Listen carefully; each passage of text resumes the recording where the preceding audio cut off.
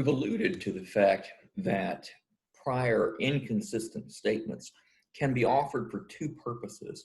One, as substantive evidence, as actual proof that a person said the very thing that's now inconsistent with the present trial testimony. And we've also alluded to the fact that prior inconsistent statements can come in as impeachment.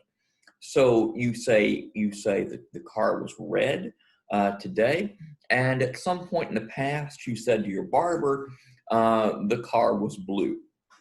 Can we bring the barber in to testify that you once said the car was blue? Yes, we can, but not to offer that the car was actually blue, merely to undermine your current story, so that the jury will have reason not to believe your current account.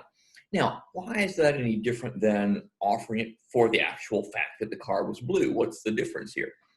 And I mentioned before when we looked at 801D1A, prior inconsistent statements, that this is a distinction you only care about if you are the civil plaintiff or the criminal prosecutor.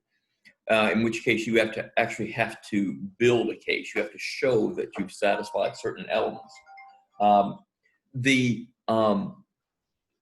If in fact all you're trying to do is tear down a story, then all you need to do is to do that. And so you're perfectly happy with having a statement come in as substantive evidence or as impeachment evidence. You're just needing to undermine the account itself. So for the defendant, criminal or civil, you don't really care.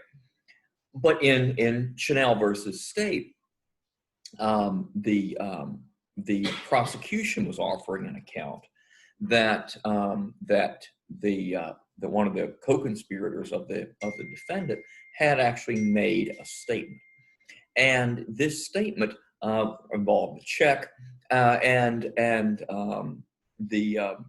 there was a prior inconsistent statement that the prosecution wanted to bring in.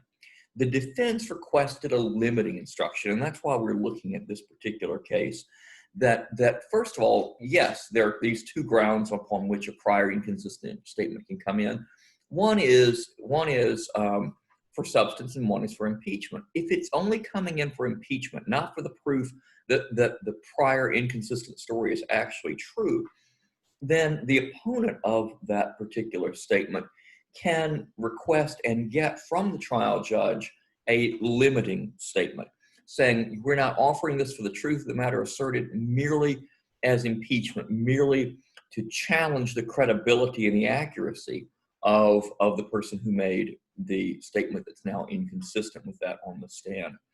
So the key thing from Chanel, there are two bases for these kinds of statements, for these prior inconsistent statements: substantive and impeachment. And if you have all the criteria for a prior inconsistent statement, namely it's previously under oath and at a deposition hearing or proceeding, then you can bring it in as substantive evidence.